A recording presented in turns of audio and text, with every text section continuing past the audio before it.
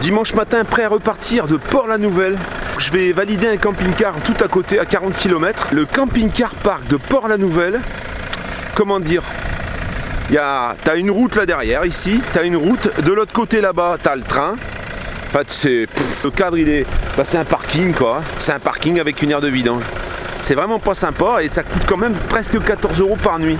Alors là, j'étais un peu obligé parce que le problème, c'est que pour me chauffer, comme j'ai pas la chaudière encore de monter, je suis obligé d'avoir du courant parce que sinon ça chauffe pas. Et du coup j'utilise la clim réversible. Qu'est-ce que t'en penses, Tony? Oui, je suis d'accord. Pourquoi tu fais toujours des grimaces aux abonnés? Je sais pas, parce que... Là. T'as même pas dit bonjour, tu fais une grimace? Bah bonjour, que votre matinée se passe bien. Ça c'est bien dit.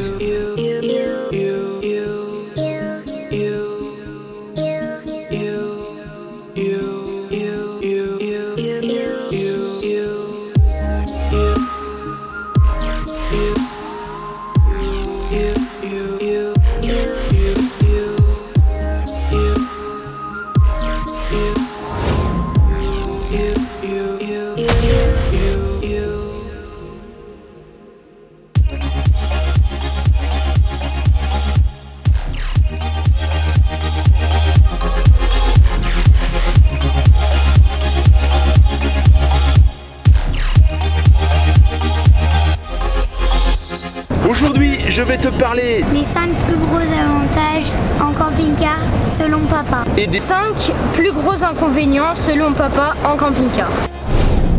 premiers avantages, c'est l'économie.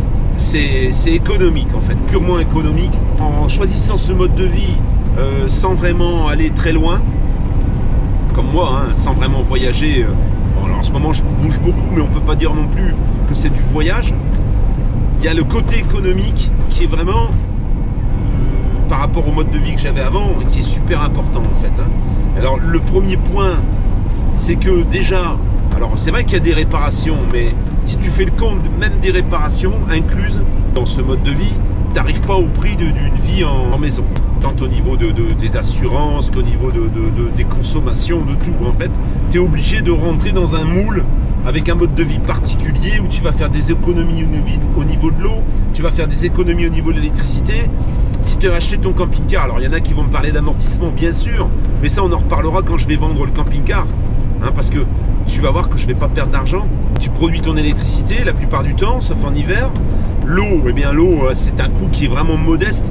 Alors on n'aime pas entendre que l'eau est gratuite, parce qu'il y en a qui disent que c'est faux, tu es obligé de la payer, mais souvent tu l'as gratuitement, l'eau. L'eau, c'est une ressource naturelle, on en a fait une ressource payante parce que il faut la nettoyer, mais au départ l'eau c'est gratuit quoi. Tu pourrais même t'arranger pour récupérer l'eau de pluie, te la filtrer, un petit peu comme c'est le cas pour les grands voyageurs qui ont des systèmes de filtration assez perfectionnés et qui leur permettent de boire l'eau qu'ils vont aller collecter gratuitement. Si tu es dans une situation qui est compliquée par rapport à tes affaires, par rapport à ton travail, etc., le fait de t'installer dans un camping-car, tu vas tout de suite réduire les coûts. Tu vas devoir vivre d'une certaine façon qui vont également te permettre de réduire les coûts. Et ensuite, tous les achats compulsifs que tu peux faire dans une vie sédentaire, ça devient presque un handicap. Parce que quand tu te mets à acheter, tu ne peux pas stocker. Tu ne sais pas où le mettre. Donc forcément, tu dépenses moins. Donc c'est un style de vie qui peut te donner l'occasion de te récupérer quand vraiment tu es dans une situation compliquée. Tu vas me dire, encore faut-il pouvoir acheter ce camping-car. Il y a des gens qui ont des voitures, il y a des gens qui ont même plusieurs voitures par ménage, ils ont des motos, ils ont tout un tas de choses. Et en rassemblant un petit peu tout ça, en revendant un petit peu tout ça, ils arrivent à collecter une somme d'argent qui peut leur permettre, ça peut tout au moins les aider à faire l'acquisition d'un camping-car. Inconvénient numéro 1. Et là, je pense que j'aurais pu le mettre ex aequo avec un autre inconvénient. Mais bon, on va quand même choisir cet inconvénient-là parce que je pense que c'est le plus pesant, surtout en cette période. C'est la gestion des énergies. Alors, la gestion des énergies, pour l'eau, j'ai pas trop de problèmes. Parce qu'en fait, j'ai 200 litres et ça va. On arrive à tenir 2 semaines. Donc, comme je fais des déplacements de temps en temps, ça me permet de faire les pleins, même si dans le secteur où je me trouve, l'eau est plus difficile à trouver. Encore que tu vas sur une borne flot bleu, tu as l'eau tout le temps. Ça coûte 2 ou 3 euros, mais tu as l'eau. Par contre, le courant, Ça, c'est un gros problème.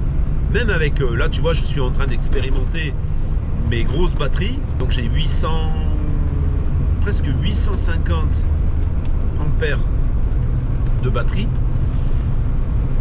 Et malgré tout, on arrive quand même, on finit quand même par arriver au bout. En fait, le système, il s'auto-alimente pas complètement l'hiver.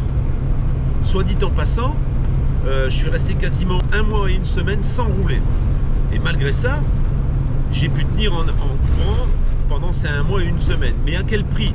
Ça veut dire qu'au prix de grosses économies de courant, je ne regarde pas la télé le soir puisque je suis la plupart du temps chez Eva. Quand je suis tombé en panne de chauffage et que j'ai commencé à utiliser ce chauffage au pétrole, que là j'ai trouvé les limites. Puisqu'à un moment donné, je suis arrivé à 11,7 sur les batteries du fond, les batteries qui alimentaient le convertisseur. Et là, la nuit ça a coupé. Ça a coupé parce qu'à 11,7, il y a une sécurité qui fait que le convertisseur s'arrête. Et puis ça évite aussi de démolir les batteries. C'est très vite rechargé, puisque bon, avec le Cyrix par exemple, je fais passer le courant sur l'arrière et ça va très vite en faisant tourner le véhicule un petit peu. Ça reste quand même un gros inconvénient. Alors, je pense que quand tu peux pas te brancher au courant, au moins 1 fois par semaine, parce que même avec des batteries comme les miennes, il faut quand même les recharger. Donc en branchant 1 fois par semaine, ça suffit. Tu arrives à vivre correctement sans toutefois gaspiller l'énergie sans réfléchir, mais tu arrives quand même à tenir sans problème. Par contre, si tu roules pas, bah là le problème il faut pouvoir stocker au moment où tu as l'occasion de recharger. Et c'est pour ça que d'avoir de grosses batteries, c'est intéressant. Au solaire, quoi que tu aies comme système de toute façon, et c'est un petit peu le cas, je pense, on l'entend chez les youtubeurs un peu tous, ils ont tous le problème, même avec des panneaux dernière technologie, ils ont tous le problème de courant à un moment donné.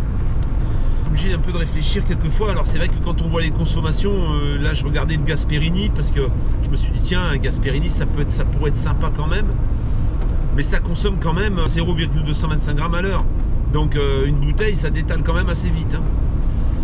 Après tu as le système la pile et foie, la pile et foie elle a besoin de tourner régulièrement, par contre sinon tu as les membranes qui sèchent, il y a un entretien qui est quand même assez coûteux si tu l'utilises beaucoup. Le parfait n'existe pas, surtout pour un gros consommateur de courant comme moi, avec mes montages, avec mon ordinateur. Même en étant passé au départ, j'utilisais une tour. Aujourd'hui, j'utilise un portable. Mais même ce portable, avec la carte graphique qu'il a, tu es obligé de le brancher au courant. Parce que si tu ne le branches pas au courant, la simple batterie, elle ne suffit pas à faire tourner la carte graphique. Deuxième avantage, tu te trouves de partout chez toi. Ça, c'est extraordinaire parce que à partir du moment où tu t'es arrêté, tu as coupé le moteur, tu te poses, tu as même du mal à te demander quelquefois, quand tu bouges beaucoup en même temps, tu te demandes où tu te trouves en fait, parce que si tu te poses la question, parce que quand tu es à l'intérieur, tu es chez toi en fait. Et ça c'est énorme. C'est énorme parce que je vois par exemple quand je circule, quand je vais voir des véhicules et que je le fais avec une voiture plutôt qu'avec le camping-car, eh ben, je me sens beaucoup moins confortable. Là, de partout tu vas t'arrêter, tu vas te poser, tu vas avoir ta douche, tes toilettes, ta télé, ton frigo, tu peux t'arrêter manger sur la route. Si tu as envie d'aller aux toilettes, ben, tu t'arrêtes, tu vas aux toilettes. Tout est super à ce niveau-là, c'est vraiment le top. C'est vraiment incomparable en fait, d'avoir ce confort perpétuel. Tu as toujours ce confort avec toi. Et tu circules comme avec une grosse voiture, on va dire. Ça, c'est super. Deuxième point négatif, le stationnement. Moi, je le gère plutôt bien, je trouve. Parce que j'ai trouvé un endroit où on m'enquiquine pas trop. C'est pas le cas de tout le monde et c'est pas le cas pendant toutes les saisons. Il faut reconnaître que l'été, l'endroit où je suis garé, par exemple, quand je suis à Annemasse, on vient régulièrement m'enquiquiner. L'hiver, j'ai pas de problème. On arrive quand même à trouver des endroits, encore aujourd'hui, mais l'été ça devient, on sent que ça commence à devenir un problème. C'est pour ça que je pense que si tu choisis ce mode de vie, il faut quand même prévoir à court terme ou à long terme un petit endroit où tu peux te stationner qui t'appartient. Un terrain par exemple, tu peux aller quoi qu'il arrive, si toutefois vraiment la situation elle devient compliquée. Je pense que s'il y avait une communauté où on pourrait stationner chez les gens un échange, ou éventuellement on pourrait supposer par exemple que tous les nomades qui possèdent un terrain font profiter aux autres nomades d'une place de temps en temps, et que ce soit un échange si vraiment on ne veut pas payer. De faire une plateforme qui ressemblerait pas par exemple à un parc Fortnite, quelque chose où les particuliers qui possèdent du terrain pourraient par exemple accueillir des camping-cars nomades à petit prix, je parle de 5-6 euros par jour par exemple, 5 euros par jour pour avoir l'électricité et l'eau, et éventuellement les vidanges. Ça pourrait être sympa, mais ça reste quand même un problème pour beaucoup, pas pour tous, ça dépend de l'endroit où tu te trouves, encore une fois, pour le moment tout au moins. Mais le phénomène s'amplifiant, c'est vrai qu'il y a énormément de gens aujourd'hui qui veulent passer en nomade. C'est quand même quelque chose à réfléchir, et c'est pas dû qu'à la longueur du véhicule. Moi, mon véhicule, je ne me sens pas plus handicapé qu'un véhicule qui va mesurer 7 mètres.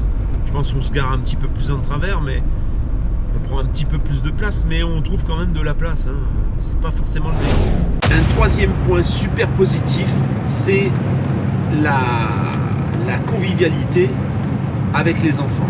Ça veut dire que si je parle de la vie d'avant, sans camping-car, donc la vie avec le travail, métro, alors c'est vrai que c'est pas complètement dû, c'est pas complètement suite au camping-car, mais quand même, je pense que la différence entre la vie sédentaire et la vie en camping-car, on est beaucoup plus proches les uns des autres et on partage beaucoup plus. Les enfants vont pas dans leur chambre. Alors bon, moi j'ai une chambre séparée, mais on est toujours dans le même espace.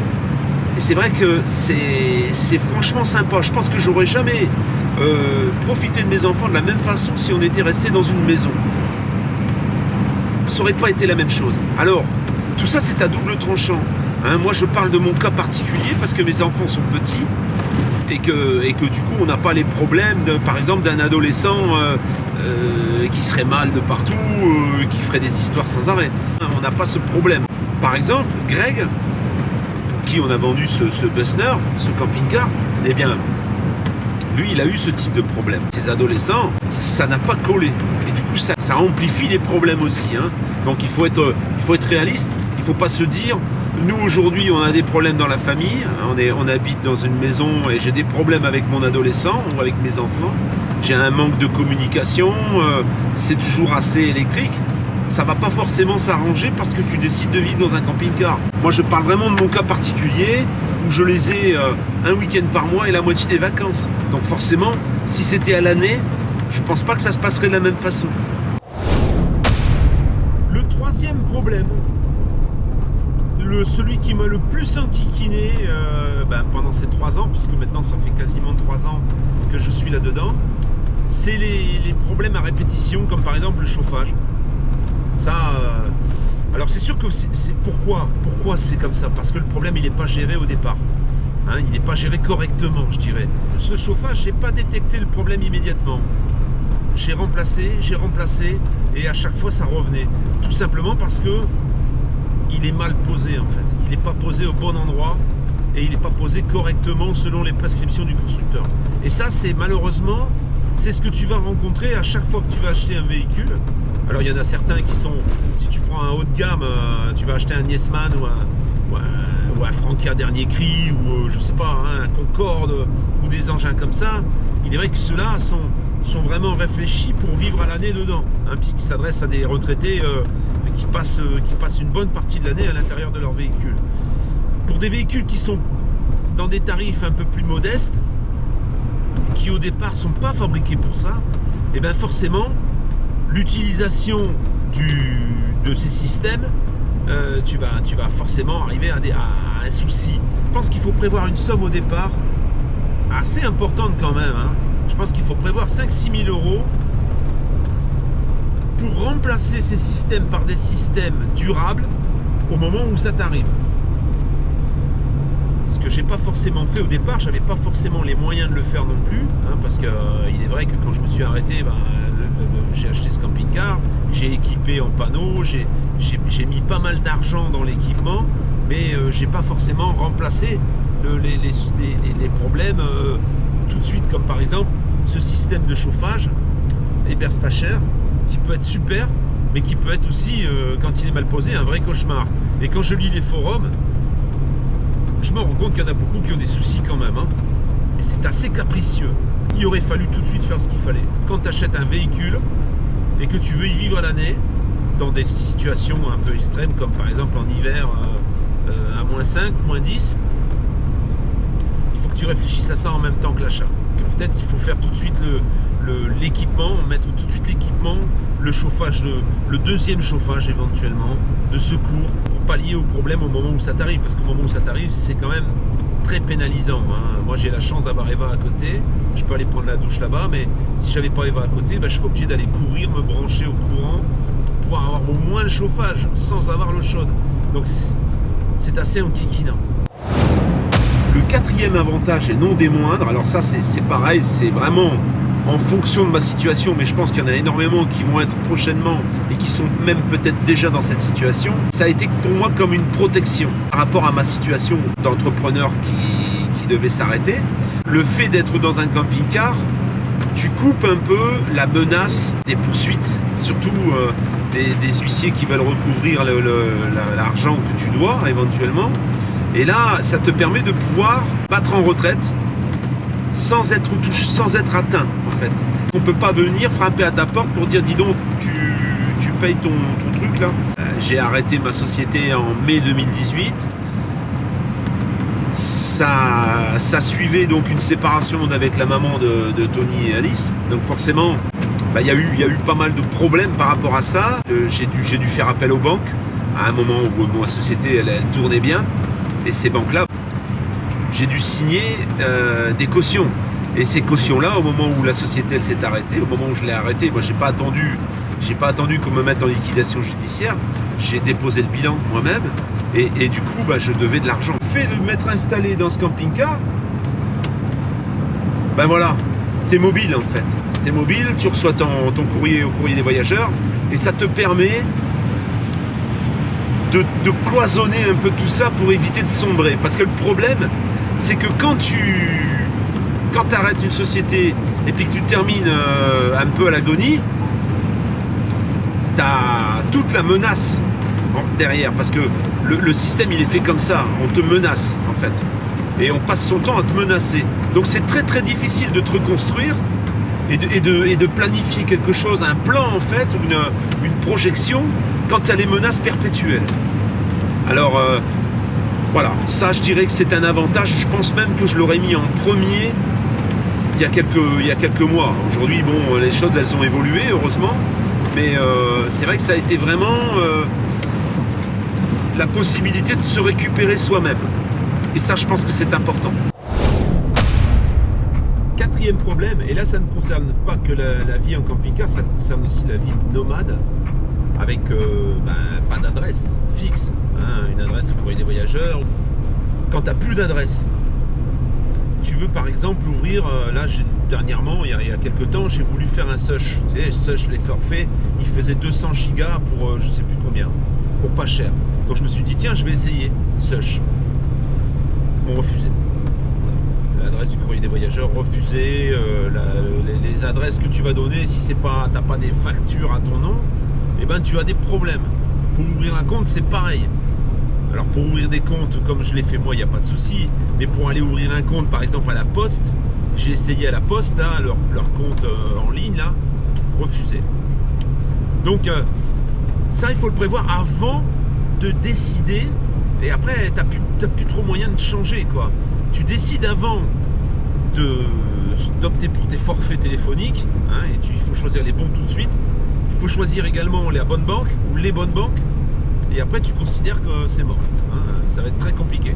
Alors après, tu peux te domicilier chez tes parents ou chez un ami.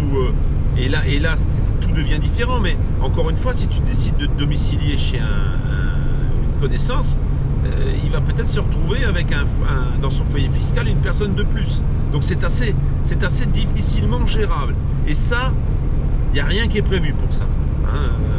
Aujourd'hui, c'est de la bidouille, hein, on va dire. C'est de la bidouille. Même le courrier des voyageurs, c'est énorme ce qu'ils font. Hein. C'est génial. Mais le jour où tu veux ouvrir quelque chose, tu veux créer une ligne téléphonique ou même une téléphonique portable, hein, que tu veux ouvrir un compte en banque, ça devient plus compliqué. Moi, j'en souffre pas, hein, parce que j'ai prévu les choses avant et on arrive quand même à pallier au problème, hein, avec les connaissances, etc. Mais ça reste quand même compliqué. Cinquième et dernier avantage, hein, concernant les avantages principaux, parce qu'il y en a certainement plein d'autres. Mais moi, je parle de mes avantages à moi, hein, encore une fois. C'est le peu de choses à faire, en fait, dans un camping-car. Je parle surtout des tâches. Des tâches journalières dans une maison, elles ne seront pas les mêmes que dans un camping-car. Tout est réduit, les espaces sont beaucoup plus petits. Et du coup, très très vite fait le ménage. Hein. En un quart d'heure, 20 minutes, c'est fait, quoi. Hein. Il y a peu de surface, il y a peu de choses. En fait, ça va très vite. Hein. Tu gaspilles peu de temps à l'entretien de ton habitat. Et ça, c'est plutôt sympa. Alors, il y en a qui vont me dire, ouais, mais bon, t'as quand même pas mal de merde. Hein.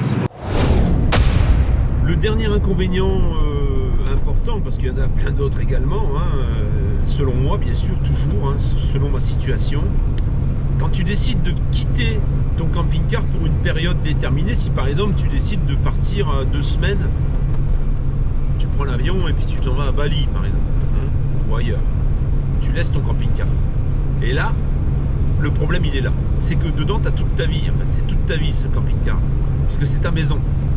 Alors, on pense à tort qu'on va être plus, on risque d'être plus embêté et plus visité dans un camping-car, ce qui est faux, hein, puisque dans une maison c'est pareil, quand les gens voient que t'es pas là, bah, ils te surveillent et c'est assez facile de venir cambrioler. Peut-être même plus facile que dans un camping-car, parce que le camping-car, il est dans la rue, à la vue de tout le monde.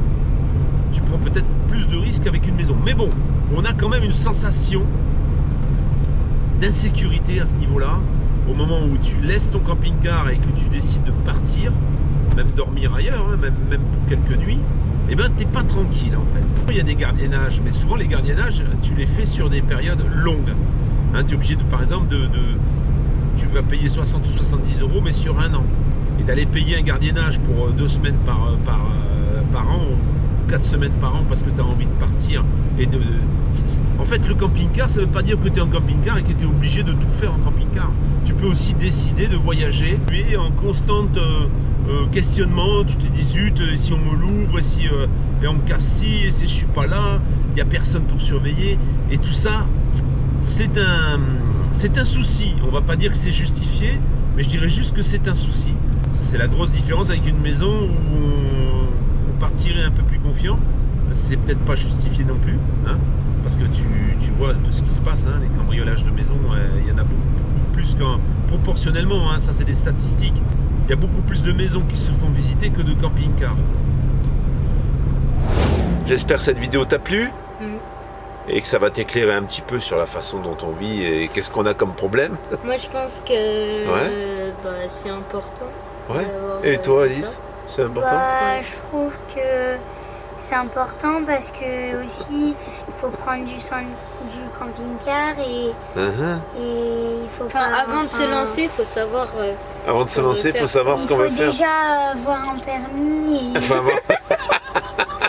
Parce que... Le permis, il va aller. Le permis de conduire, tu veux dire? Oui, je veux dire, sinon on fait un accident, mais... Si t'as pas de permis, tu fais un accident?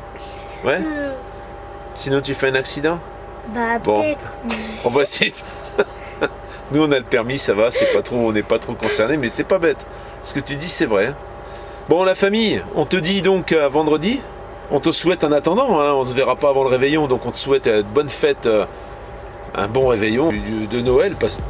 Profites-en bien parce que derrière, tu vas certainement être confiné. Hein. Ciao la famille. Ciao. À vendredi. Ciao, ciao. Passe de bonnes fêtes. Merci Tony.